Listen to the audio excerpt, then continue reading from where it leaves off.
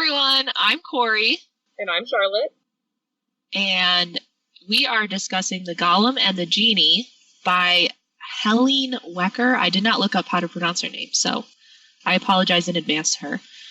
Each month, we take turns, Charlotte and I, picking a book to read, and then we discuss it.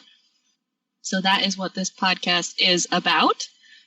Charlotte is going to give a quick summary so everyone has an idea of what the book is about, because it was her pick for January.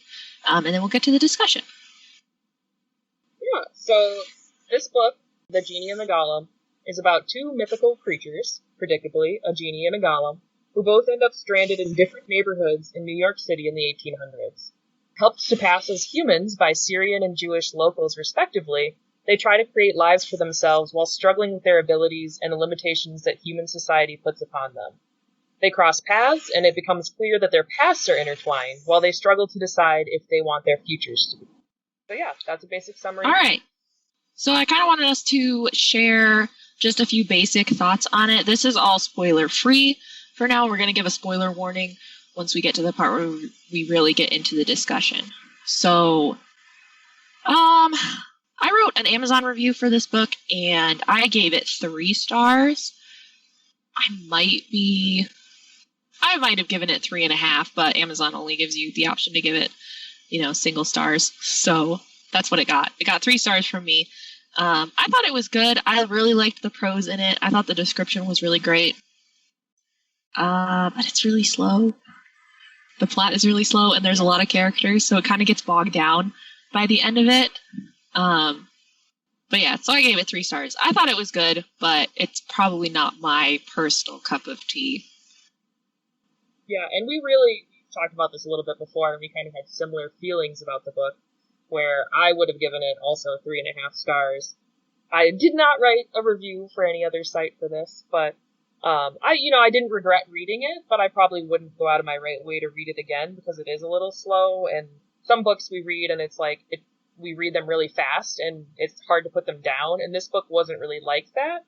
I mean, I always enjoyed it when I picked it back up again. I didn't feel like, that compulsion to, finish this book, so it had a lot of good description, interesting characters and setup and all of that, but, yeah, it was good.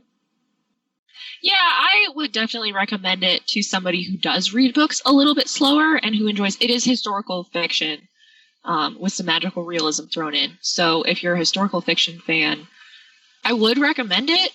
But it does move really slowly, and there's some problems with the plot that we'll get into in a while. But if you read books slowly and you want to have more of that longer experience, where you can you have to put the book down for, days or a couple weeks at a time, and then you come back to it, then I feel like there's people out there who would really enjoy it. We didn't know going into this that there was another book after this, and actually there is a 3rd book that's supposed to be coming out. Oh, I don't remember. I did look it up, but I don't remember when it's supposed to come out. But we went into it thinking this was standalone, and it reads very much like a standalone. Yeah, so, but there are more books. If you went out to read this book and you were like, oh, it's a standalone, it's not technically, but it mostly is. I would call it basically a standalone story. But if you want to continue on with more, she has written more books. So, and it is interesting to me because I saw in some of the other reviews I read of this book, people throwing out the word romance, but this really didn't read like a romance at all to me. No. There are romantic relationships in it, but that is not, don't go into it thinking that you're going to be reading a romance novel. Yeah, I guess I didn't really think about that before. But yeah, no, it doesn't read like a romance at all. I don't know. Yeah. Maybe there are a few moments where I could be like, maybe this relationship is blossoming into something more. But overall, I would never put it in the romance category. Yeah. Okay, so this is your official spoiler warning. If you're listening to this and you would still like to read the book without knowing more details about it, click away. This is your only warning. This is your only option. Otherwise, we're just going to go more in depth. We probably won't give too much information about the plot, but we are going to discuss a lot of the characters. We're we're probably going to focus more on plot issues than just like going through every single plot point. We're not going to give a full summary of the book, but this is your spoiler warning. Okay. So one of the things about this book is there are a lot of characters. Mm-hmm. I think you wrote a list I did. Of all the characters, but I know that we came up with like at least a dozen. There's so many. Do you have the list handy, like with you in front of you, or okay? I didn't actually. So I didn't list the minor characters because there are a lot of like minor characters that also come up fairly frequently, or even just once, and still get some amount of backstory. Yeah. But so the main characters are Hava and Ahmad. Hava's the Jinni or the Golem. I was gonna get it backwards. And Ahmad's the Jinni. There's the rabbi, who meets up with Hava right away. Michael, the rabbi's nephew. Arbili, who hangs out with the Jinni. Matthew, also with the Jinni. There's a character that we decided to just call Wizard because we don't want to try pronouncing his name. Yeah, all the names, most of the names in this book are very Jewish in origin, so they're very like Hebrew, and otherwise they're like mostly Syrian. Mm-hmm. And I don't speak either languages that these names came from, so we just kind of did what we could. Yes, yeah. And then there's Sophia, who is briefly a love interest of the Jinni.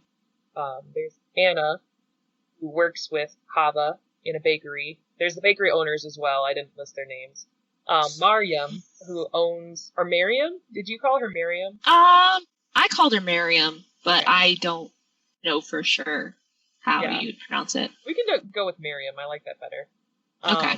Who owns a coffee shop, and comes up a lot. There's Saleh, I think you say his name. That's how I pronounced it. Saleh. It's Saleh. Yeah. So I just said Saleh. And then there's Fadwa and her dad, who are Bedouins, who only show up in the past sections of the book. And those are probably the main characters, like the ones with the biggest sections and impact on the story. Yeah. Yeah, and the thing is that all of these characters are introduced in like 130 pages. I think we got to like 132 in the book and we were like, oh, how many more characters are there going to be? And there aren't like that many more. I don't think there's really any more introduced that are like more major, but it was a lot. Yeah. As you did the 2 seconds worth of math and you were like, that's a new character every 10 pages for the first third of this book. Yep. And that it was so much. And I just remember trying to figure out, like, mentally as a reader, I'm like, are any of these characters important? Like, how? Because obviously, like, I knew that the Golem and the Jinni would be important. They're the title characters. But then it was really hard to tell because with the other characters, because they all get basically the same treatment. They all get a lot of backstory. They get a lot of information. She's really good at putting you there. The author's really good at putting you in the moment and really building these characters from the ground up. But it was just but you can't tell who's going to be important later and who's not. Yeah, they're all treated with the same level of like, oh, look at how interesting they are as characters, and so you're like, oh, they must be important, and we're going to come back to them later. And then some of them you do, and some of them you don't. So yeah, and it kind of, I mean, it does tie into some plot issues, just because a lot of them are not important characters later on. Like Saleh and Sophia and even Anna. They come back, but they don't come back in a meaningful way. Their paths don't cross in like very meaningful ways. I think that was kind of just a big downfall of the characters, especially, is that when they interact with each other and it doesn't really matter in the long run because nothing really affects the plot. So the Jinni and the Wizard, they are connected. But you don't know that until, I don't know, the last 150 pages? Yeah, the very or so? Yeah, it's like very close to the end. And all this time, the Wizard has come across the ocean. It's the 1800s, so he had to go on a ship, you know, where you risk like literal death from like disease. He's super old. And his thing is that he's looking for the key to eternal life on Earth. And he's inexplicably drawn to America. He doesn't really know why, but he's heading over there. And it's just like he he doesn't do much until the last third of the book, when you're like, oh, I guess you were kind of important. But it's so odd. He's drawn to the Jinni because they're connected from their past. And they don't know that. Neither of them understand or know that they're the two beings that are connected. So when it finally happens, it feels very hollow. It doesn't feel like it really matters because the Jinni never feels anything. Yeah. Like, the Jinni is not inexplicably drawn to the wizard. He's just like, you know, bouncing about New York City, just like, oh, doing my own thing, you know, making tin roofs and all this other stuff. And you're just like, okay, well. He basically accepts he's never going to know what happened to him. Yeah, and he accepts it really fast, too. For a being that's supposed to live, like, hundreds and hundreds of years, he just kind of, like, it takes, like, a few months. And he's like, I guess this is fine. And I'm like, is it? Yeah. Is it fine? The Jinni is an interesting character. Like, I liked him for the most part. I think both of us, we started off liking most of these characters, and then by the end we were like, I don't know. They were rather static as characters. So I think they start off as good characters, but you have the idea, you know, that like in a normal novel, you would see these characters grow and kind of change their environment and stuff, and then you don't really get a lot of that. You get a little bit. Yeah. So I feel like the reason our feelings didn't get stronger is because they didn't really do anything to warrant that. Yeah, there's all these little things that happen in the book, like with Hava and going, she's a golem, so she's made of clay, and she's very connected to the earth, but she lives in New York City. She lives in Manhattan. Yeah. You know, so it's a concrete jungle. The only earthy part of it is, I just forgot. Central Park, yeah. You know, that small landmark in New York that nobody knows about. The really obscure one. Yeah, that one. But she goes into the park at some point, and she's like, she really like comes alive. She has this moment where she's like, she's running, and she's, you know, she's putting her hands to the earth, and she's really like feeling the growth, and she feels very, very connected to it. And it's a really good moment, and she shares this moment with the Jinni, and the Jinni watches her and sees how different she is immediately when she can like connect to that, to something that she is made of. Yeah. And then it never comes back. It's not important. Doesn't come up again. I was so mad. We kept saying it too, because I think it happened somewhere in like the middle-ish, and we kept being like, oh, is that ever going to come back? Like, why is it so that she's so connected? Like, is she going to decide to leave New York because she could be more connected like out in the country where there isn't so many, you know, paved roads and concrete and glass buildings and all of this? But she doesn't ever talk about it. Nope. It's almost like she forgets about it. Yeah, she doesn't reflect on it at all, on like what that experience was like. And it's also interesting because she talks about from the very beginning how hard it is for her to be around that many people, but she chooses to stay in the city even at the end of the novel. So it's like, I don't know if she didn't want to fully explore those powers, or if it was like a challenge for her where she liked knowing that she didn't have to listen to all the competing. Because that's her other big ability, is that as a golem, she can tell people's desires / kind of their thoughts. And so she's hearing this like massive voices around her all the time. And so to me, it would be like, why wouldn't you want to leave New York City? And I know she doesn't know what else is out there, but it's like, you have to assume there's places where there aren't this many people, and you can live a much more peaceful life. Yeah. I guess we should probably actually go back and say how they both ended up in New York real quick. Oh, yeah. Because I realized that that's probably pertinent. Hava started in, is it Germany? Where she was made? Poland. Where? I think it might be Poland. Okay, well, somewhere not in America. They both come to Europe. America. And both not of their own free will also, which is... maybe that's significant. I don't know. So Hava is made by the wizard because the wizard is commissioned to make her because this guy comes to him and he's like, I want a wife.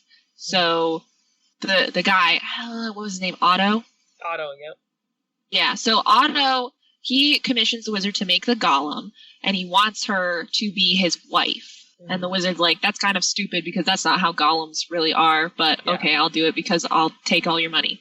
So he makes her, he does a really great job, blah, blah, and then Otto takes her and gets on a boat to America. That was his plan all along. He was going to take the golem to America, and the wizard tells him, don't wake her. There's a command that wakes her and gives her life, and then there's also a command to destroy her, and the wizard gives Otto both of those written on a piece of paper.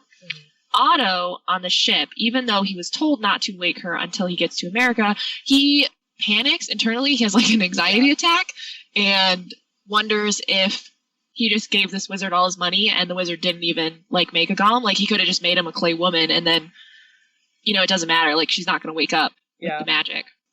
And but so he back to find him. Yeah, so he goes down into the hold and he uses the words and he wakes Hava up. And she wakes up and then Otto dies. Yep. Pretty much immediately. His appendix bursts. Yep. And it's the 1800s, so like, sorry Otto, you're dead now. Yeah, the doctor's just like, oh, too far. Yeah, so Hava is a golem without a master because her master dies immediately after waking her, and because of that, that's why she hears everybody's desires. Mm-hmm. If a golem has a master, then she only hears their desires and their wants. Yeah. But she doesn't have one now, so now she's kind of just like listless and sort of stuck. She doesn't have a purpose without having a master. Yeah, so golems are basically not meant to have free will is the whole idea. Like, they're supposed to serve one person, and they just, listen to their desires, and they react instantly, basically, to them. Yeah, so that is how... So she doesn't get into, like, a tussle with anybody on the ship, but she does end up jumping off the ship and walking to New York once they're, like, moored off that, because she doesn't know how to get through Ellis Island. Obviously, like, she doesn't have any, like, real papers. She was supposed to be in Otto's luggage, essentially, until they got there. So... And she's literally, like, a day old, Yeah. So, and she walks around Manhattan for a hot second, and then the rabbi finds her, and he sees immediately what she is, and he kind of takes her under his wing and sort of, like, helps her learn how to function better as, a human being instead of a golem. So that is how Hava gets into New York. The genie, we meet Arbeely first. He is a tinsmith. And a lady brings him they call it a flask. Mm-hmm. But I assumed that it was kind of like the typical genie lamp sort of thing, where you'd put oil in it and stuff. I wasn't sure. Or water, or oil. I think they said oil. Well, yeah. In which case, it would look like a genie lamp, because those are actually, I believe, oil lamps. Yeah. So, well, whatever it is, they call it a flask throughout. Mm-hmm. I don't remember if they use any other specific terms. They say it's copper. But, yeah. So, a lady brings Arbeely, the tinsmith, the lamp to repair. Mm-hmm. And I guess I'm going to call it a lamp, because that's what just came out of my mouth. Okay. So, she brings the lamp to Arbeely to repair. Arbeely realizes that he's going to have to remake the entire insignia on it. But as soon as he breaks the insignia, because he's going to pound it out and then remake it, but as soon as he breaks one of the letters, the genie comes out of the lamp in human form. Mm-hmm. And so that's how the genie ends up there, is he basically was stuck in this lamp for a couple thousand years. I think they said 2,000-ish, give or take. So now he is stuck in human form. He is not in his full genie self, so he doesn't have all of his power that he would normally have, but genies are heat-based. Mm-hmm. So, I guess heat-based, I don't know. That sounds weird. He's made of fire. But, just like the golem is made of clay. Okay, yeah. So he still has, like, that kind of power. So he's in a tinsmith shop, so he can actually make, like, really cool tin things and work with metals, especially, and, like, glass and stuff. Mm-hmm. So Arbeely is the one who kind of takes the genie under his wing, and he starts teaching him how to pass as human, so that, they don't have to worry about it. And they give him the name Ahmad, and Hava gets her name. She's not named. Neither of them have a name initially. Yeah. They're both named by the people they meet. Yes. So that is how they got there. And I forgot what we were talking about before I said, we should probably go back and say something about this. Well, we were talking about individual characters, but I also wanted to point out, so they have, even though their powers are kind of different, they still have some similar things. Neither of them really eat or sleep. And they're both, like, I assume superhuman strength and agility. Hava's definitely stronger, like, physically than the Jinni, but they both can, like, run super fast. You know, so they're fairly similar, even though one's earth and one's fire. You know, yeah. They both have ways, very specific ways they can be destroyed as well, because there's that paper that can destroy the Golem, and then because the Jinni's fire, water can basically extinguish him. Yeah. So he can't, like, go swimming or anything. He even, like, is uncomfortable going out in, like, the rain at times, but he can go out in, like, a drizzle, or, like, if he's even just got, like, a hat or an umbrella, he's typically okay. But yeah. So those are, like, the basics of them. And they're both from separate cultures, kind of, and that's, you know, I think a very intentional part on the choice of the author. You know, the Golem finds a Jewish community, and Golems are historically Jewish lore, and the same with the Jinni finding a Syrian community in New York City. Yeah, I hadn't thought about that. I did like the differences. I don't like that it doesn't really, like, matter, because there's a few moments in there where they, like, talk about the different communities in New York at the time, because there were, you know, because there's different, like, microcosms of these communities, and they mention briefly that some of them have issues with each other, and that it's a very, like, kind of tense thing, because Arbeli is concerned about the Jinni, like, causing problems with that, because the Jinni walks around and, like, he doesn't care, but he's known in the Syrian community, so people assume that he's Syrian, and he can cause issues just by being places he's not supposed to be. There was a lot of... Which I wish... Oh, go ahead. Okay, sorry. I wish that was actually, like, utilized. I was kind of looking forward to it, because I don't personally know a lot of the history surrounding this, and I thought it would be, like, once Arbeli was talking about, like, oh, you could cause problems betwixt these communities, I was like, oh, how interesting. Like, I would love to see, like, this come to fruition. Like, what if they accidentally create a mob, or what if somebody gets hurt, because the Jinni doesn't really understand that human beings have these kind of allies and everything between each other. And additionally, racism between communities, really. Yeah, but nothing's done with it, really. Nope. Arbeli mentions it towards the beginning, and then that's about it. Like, the Jinni never really affects anything like that, and neither does the Golem. They just sort of exist. Which is too bad, because she does such a good job of creating these neighborhoods and, like, making them feel very real. But then they never cross over with each other much. No. They're very much stuck in their own space. And that's something that the characters do, too. Which we both had an issue with. Because typically, so, like, when I read a book and I'm reading from multiple characters' perspectives, I anticipate that the characters will be affecting each other's lives without their own knowledge. So, like, you know, the whole, somebody walked down the street and they came out of a door at the wrong time or something, and then made a carriage tip over, and the other character that we know in their perspective has to deal with that issue or something. You know, something like that. That's a very, very basic way to look at it. But, you know, characters affecting each other through other characters sometimes, where they have a conversation with a character and then it affects the conversation with a different character later on. So, and I was really, like, hoping for that, especially with Miriam, because she runs the coffee shop, and it's very set up like she's, like, the hub of the community, where everybody kind of likes her. So nobody has any issues with her, and she sort of knows all of the gossip and everything. And so I kind of, like, thought, oh, well, maybe she will eventually meet Hava, and, like, they'll have conversations, and then it's going to affect something later on. Like, maybe she says something to the Jinni. But she doesn't. Nothing really happens with her. She doesn't really affect much of the plot, honestly. No. Honestly, the characters don't. They just don't affect each other. They just kind of, like, survive in their own little microcosms, and they don't really ever even they don't even see each other half the time. The only people who accidentally come across each other is the Jinni and Sophia, which is long after he's affected her life. Yep. And then the Jinni and Saleh. And that's about it. The Wizard and Hava.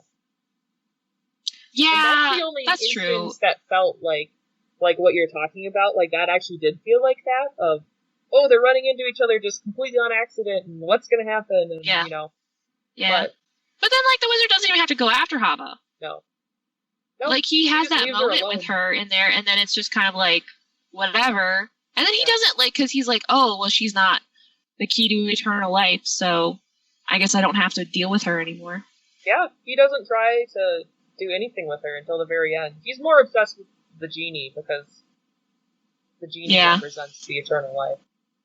Were you irritated that it took the wizard that long to figure out that he was chasing a person and not a thing? Yes. I was like, because he was like, oh man, the wizard does a spell on himself, a dowsing spell, so he can try to find the source of eternal life. And so anytime like he's close to the Jinni, he should feel that pull, feel literally pulled in that direction. Yeah. And he walks around and like sometimes he'll feel the pull and he'll be like, oh, here it is, and then he'll follow it, and then it'll just kind of like end and be over, and then he's like, oh well, and then he tries to go back to that spot and it doesn't happen again, but then he'll have it like in another place entirely, and he doesn't figure out that it's an actual person that he's following. And I was like, I don't know why you wouldn't figure that out, why you wouldn't think that. I don't know. I'm not a character in this novel, so. Well, and you'd at least have to know that it was someone was moving it around the city, you know? So either way, you'd have to find a person, because it's either an object or something alive that's moving, so. Yeah, but he doesn't. He just continues on with his life as he's doing things. Yeah. And I don't know, almost nothing that characters do or talk about really matters, because the plot doesn't really start until the last third of the book. Yeah. To be perfectly frank. Yeah, the middle of the book is where it gets slow. Yeah, nothing really like speeds up, because you don't really know why Hava and the Jinni are in New York. Like, they meet each other and you're like, oh yeah, something's gonna happen, and then they just kind of like hang out with each other. They don't really affect too much. I mean, they affect each other's like internal growth to some extent. Yeah. But not. I mean, I don't know. It's not a lot. I would say that if you enjoy slices of life, like, a lot of pieces of this book felt like vignettes, you know, where you're like, just in the moment with these characters and you're very present with them, but they don't always advance the plot. And yeah, they do have these like deep philosophical conversations, the Jinni and the Golem, about like what they are and like if they can overcome their essential natures, you know, like if Hava can figure out how to have free will with all the competing desires around her, and if the Jinni, you know, can ever experience freedom again, or if he's just going to be trapped in this human form, you know. So they have like deep conversations like that. But I feel like they do still keep a lot of their essential natures the same. So. Yeah, they do. They don't understand each other's essential natures either. Because Hava, the Jinni, I feel like, is worse. Mm-hmm. Because he doesn't understand why Hava she essentially sort of wants a master while also still enjoying some of her free will. Mm-hmm. But she is a creature who should be bound to somebody. Like, that is her literal nature. At the most basic point, she shouldn't have free will. Yeah. And she does to some extent, but she really does everything very purposefully. And the Jinni doesn't understand that. He's always pushing her. He's like, oh, why wouldn't you want to be free? Like, blah, blah, blah. Like, go do whatever you want. And she's like, I can't do that. Yeah. And it bothered me by the end that he pushed her so hard with that. Mm-hmm. Because it was like she didn't really, like, do that to him. Yeah. She would talk about, like, oh, you do things and you think there's no consequences, but it really does hurt people around you. Mm-hmm. But, you know, that's just, like, a character, that's a personality issue. Yeah. Whereas he poked at, like, her essence, essentially. Yeah. You know, it wasn't like she was like, oh, you're so powerful, why can't you go jump in the ocean? Yeah. You know, which would kill him. Yeah. But, you know, he's saying things like that would really put her in danger. You know, if she loses control, like, she can lose control. And if she does, then she can really, like, she could kill hundreds of people.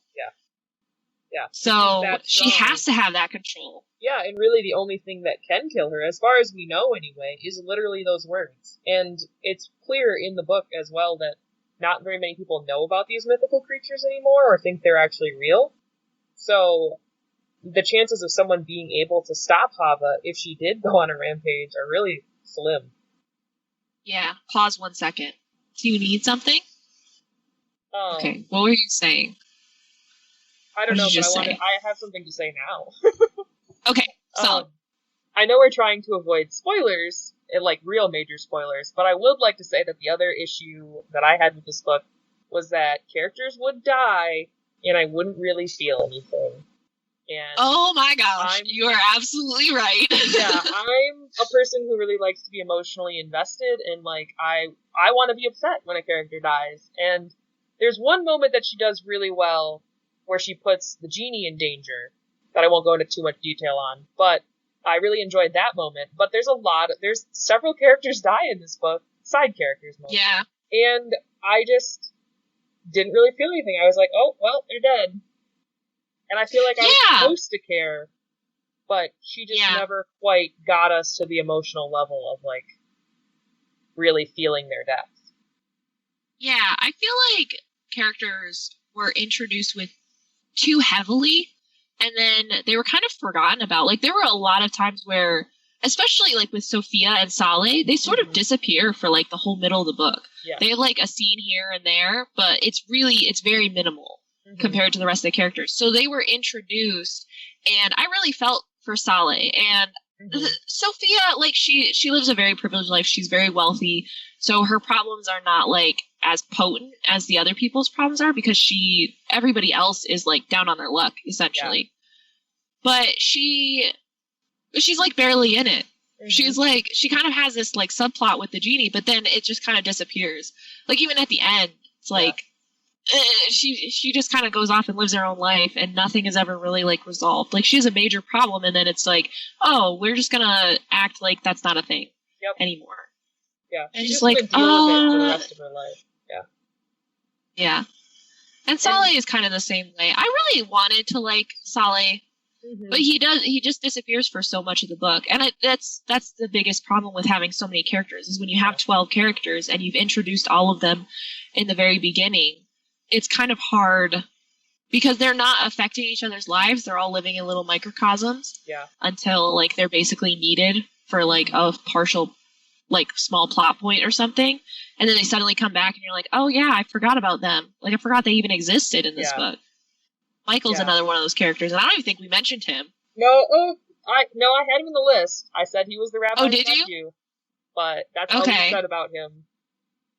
And he doesn't even really affect the plot either. No, and it's crazy because I don't consider this a spoiler really. He marries Hava, and like that. Without knowing that she's a golem. Yeah, he doesn't know she's a golem, so she's gotten so good at pretending to be human that he literally marries her. And I never really cared about their relationship. No. Michael was kind of the most boring character in the book. He's not interesting in the slightest. And then, like, he finds out at some point that she's a golem, but then it doesn't matter. Like, it doesn't really affect the plot. Nope. It doesn't matter that he knows. It's just like, oh, there's Michael. It's like, oh, hey. We recognize him. The only two characters that I actually felt like really affected each other, I mean, apart from the Golem and the Jinni, who just had conversations, was probably Michael and the Wizard, because the Wizard inundates himself into Michael's life. And I thought, oh, this is it. Like, the Golem's going to come around, and they're going to have like problems and all this other stuff. But then it doesn't really go anywhere. It doesn't play out like the Wizard just kind of like becomes Michael's friend in a way, and then that's it. If Michael and the Wizard had truly teamed up, like, this book would have gotten crazy. But they didn't. Yeah, if the Wizard had brought Michael into his confidence at some point, and then like, I'm looking for the Golem and all this other stuff, and then Michael had found out, like, that would have been insane. Yeah. But that's just not what happens. He just it doesn't Which matter. Is interesting because that probably is the wizard's main flaw, is that he works so alone. And the one thing that the Golem and the Jinni are able to do is they do kind of assimilate into these communities. Because I think the author is also kind of going for a little bit of like the metaphor of immigration with these mythical characters of like learning to survive in a slightly new and different society than you were in before. Yeah. And the wizard isn't trying to do that at all. Like instead he's just he's completely on his own quest, and like that kind of ends up biting him because he has no one to rely on, no one to help him with what he's doing. So yeah, he's the only one with like a singular goal. And I know that we've talked about this book off and on as we read it. But the Jinni and Hava, neither of them have goals at all. Initially, when we first meet the Jinni, you're like, oh, he wants to be free. He doesn't know why he is in human form and he's stuck in human form. And he wants his original form back. So, but he doesn't have any idea how to do that or even start doing that. But then he just kind of like doesn't do anything like at all. And it's not like a really like the Golem's definitely more complicated situation because she's just without a master. So once she learns to live in society, it's like, well, that's it. You're just going to live in society until, you fall apart or Golems die of old age or whatever. Yeah. So her finding meaning is a lot more difficult. But the Jinni, I felt like he should have been like, nah, I'm gonna go like travel once he like learned the basic functions of how to interact with people and stuff. I feel like he should have just like left. He should have just been like, well, I'm gonna go see if I can figure things out. Yeah. Like he could have gone across the ocean again and gone back. It would have been dangerous. He talks about that. No more dangerous than it would be for a human at that time. Yeah. Probably less dangerous for him because he probably wouldn't get sick. Yeah, like he probably wouldn't be as susceptible. Don't get ocean spray. But he just doesn't do that. He doesn't do anything, and it's very frustrating because he is the character that could just go out and try to figure out his life. Like he could go out and try to find out how to be back in his original form. He could do something like that, but he just never does. He talks about it sometimes. But he never does anything about it. And then Hava is very similar in that she learns how to function in society and she doesn't find it fulfilling. She always gets bored. She has to like keep doing things. And that's an interesting trait. But then she just stays in New York and she doesn't go anywhere. She like takes up sewing instead of doing anything interesting. Like there are so many things the author could have come up with that would be cooler than her just like sewing shirts for people, but that's what she ends up doing. That's what she does. Yeah, yep. I think it so goes. It's very frustrating. It goes back to that earlier where we mentioned the word stuck, and it feels like the characters get stuck for no reason in New York. Like they have the whole world. They could walk all night and just cover a bunch of ground and go anywhere they wanted, and instead they just like stay in these boroughs in New York. And the Jinni is exploring New York City to some extent, and he kind of takes Hava along on some of those trips, but that's like it. And we don't even get to see a lot of where he goes. We just get to see little snapshots. So because he doesn't really, and he gets bored with that too, though. He does, pretty quickly. He talks about he's like, oh, I've walked everywhere now, and it's like just when he's starting to get tired of that, then he meets Hava, and then he starts showing her everywhere that he's gone because she, being a woman, can't really go out on her own at night. Because it's too dangerous and she would draw attention to herself. So then he's like, well, I'll walk with you and I'll take you to all these cool places that I've already seen. And so they do that for a while. But it's just like, it just feels so empty because they tend to have the same conversations over and over again. And they're different enough that I didn't necessarily get super bored with them. But at the same time, they did tend to just say the same things over and over again. It didn't feel like they were progressing in any way. It just felt like they were just stuck, just doing the same thing all the time.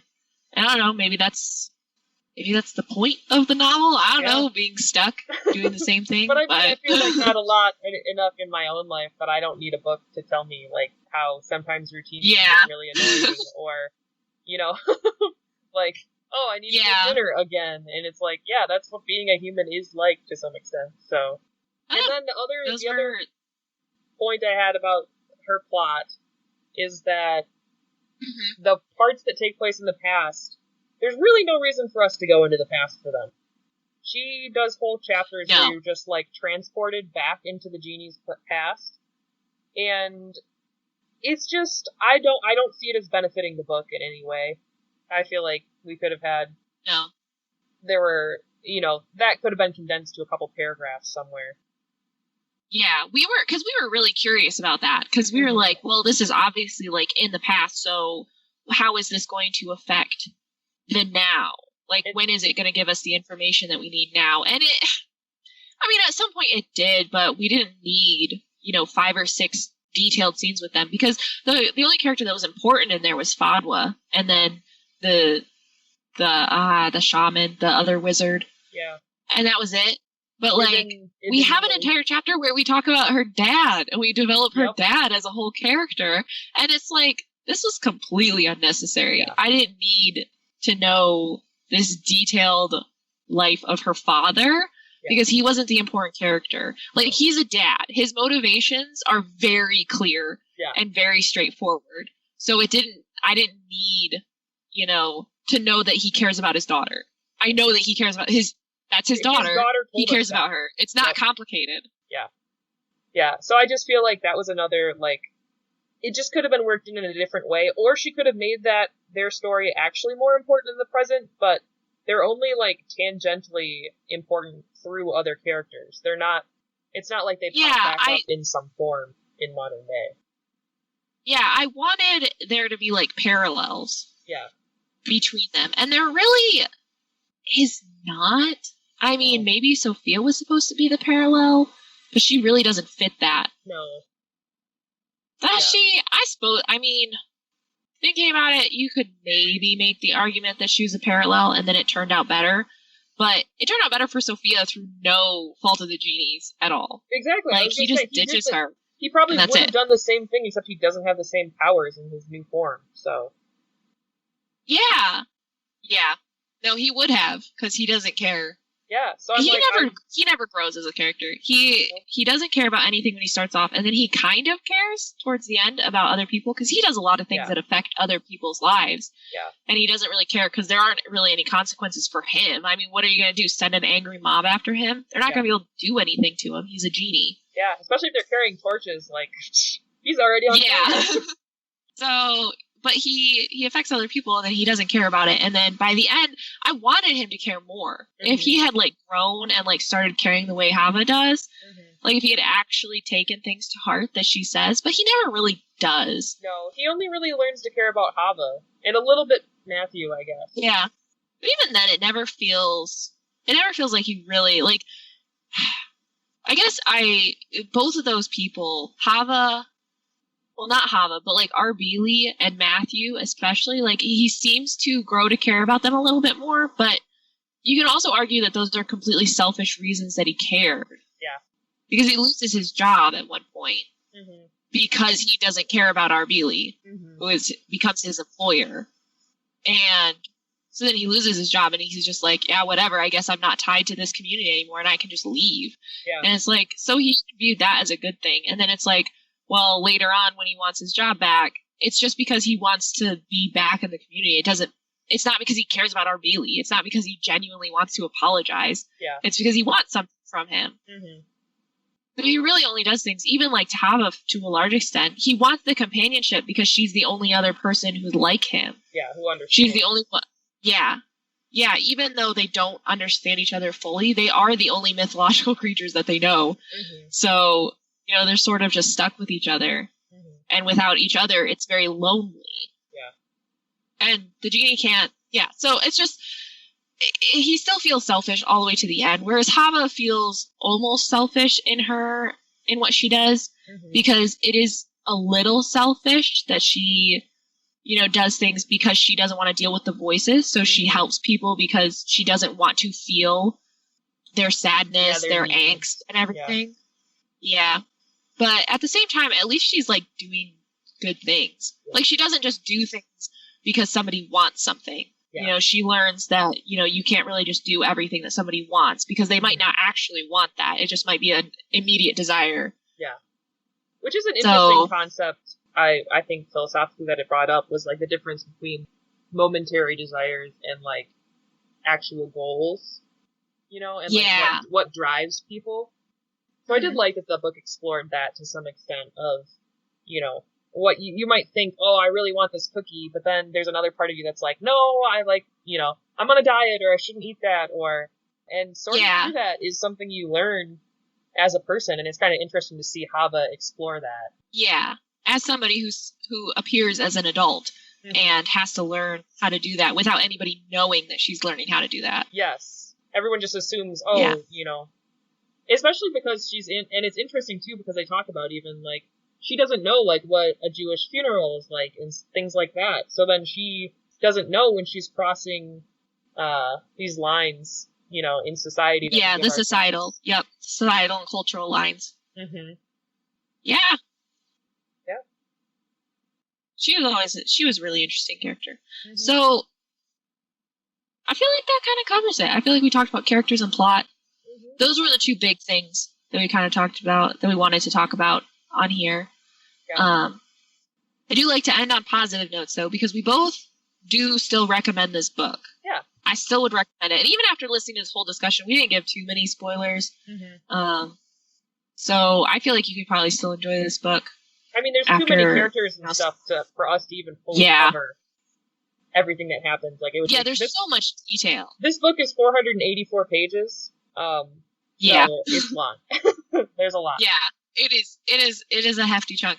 And it is really fun to read. I really enjoyed all of the introductions. Like, I did enjoy every single introduction. Every introduction of a new character, I was like, wow, like, this is really well done. I really feel like I'm there. I feel like I understand this character. I feel like I'm getting something out of this, like, immediately. Middle of the book kind of drags. But then the ending, while I don't necessarily love the plot, and, like, the twist, there's only a couple twists because the plot doesn't really get going until very close to the end. But I did think that the scenes were really well put together, even at the end, like, with the plot points and finding out some information about stuff that happened in the past that did kind of affect the now. I think she put it together pretty well. Yeah, it was a satisfying I don't know. ending, I found it enjoyable in the beginning, and I found it very enjoyable at the end. It's definitely in the middle. So I think I think the author put it together really well, and I think that she's talented. And like I said, I would recommend the book. I gave it 3 stars, but that's kind of like my base rating. You either have to really impress me to get more than 3 stars, or you have to really disappoint me to get less than 3 stars. So 3 stars is just it was a good book. It's good. Yeah, I would agree with everything you just said, and I feel like she did a good job of like piquing your curiosity and like making you want to learn more about the world that they were in. Yeah, and she's very great with a sense of place and time. Yeah, her writing style I really enjoy. So, and you know, I don't think either of us are going to go out and read the second and third books, but I could see, you know, I'm sure they would be probably on par with this one. Yeah, I feel like they should be. I can see myself recommending this book to other people, like, at work, because I work at a bookstore. But I can see myself saying, like, oh yeah, if you're not used to reading books really quickly, if you're somebody who's like just dipping your toe into like regular fiction and historical fiction, I feel like it'd be a good start. Yeah, and just as a side note, I personally loved the design of the cover, and like the pages have that nice like jagged aged texture to them. Yeah, I have a love-hate relationship with that. I do love the look of it, though. The aesthetic is really nice. I did like the cover. Yes. And I like the font they picked, even, too. So, from a design standpoint, putting this on your shelf looks great. Gold letters. You know, can't go wrong. All right. Any last words on the Golem and the Jinni? No, just another apology in case we mispronounced any of these names terribly. Yeah. This was just a great book to start on. Yeah, I did. Trying to put it out there like into the world. Like, here, we can't pronounce anything. Yes. No, that might be a consistent struggle in these podcasts of us not being very good at pronouncing things that we've only read in our heads. But I also feel like we do have the excuse of these are from different cultures, and which I liked. I liked that the book brought those in, and I feel like Yes. I know a lot more about Jewish culture, particularly from just Yeah. reading this book. So that was cool. And we did correct some pronunciations because Charlotte did Google how to pronounce some things. Hava is spelled Chava, so we were calling her Chava Yeah, or Shava for like this whole time. Yeah. But we corrected it for this podcast. So we did. we are trying. We're learning. We will do our best. Yes. Okay. Well, thank you guys so much for listening. Make sure to leave a like if you like this video and let us know what you thought in the comments below. Or, don't. I'm not your mom. So have a nice day, everybody. We'll see you next month. Yep. Bye. Bye.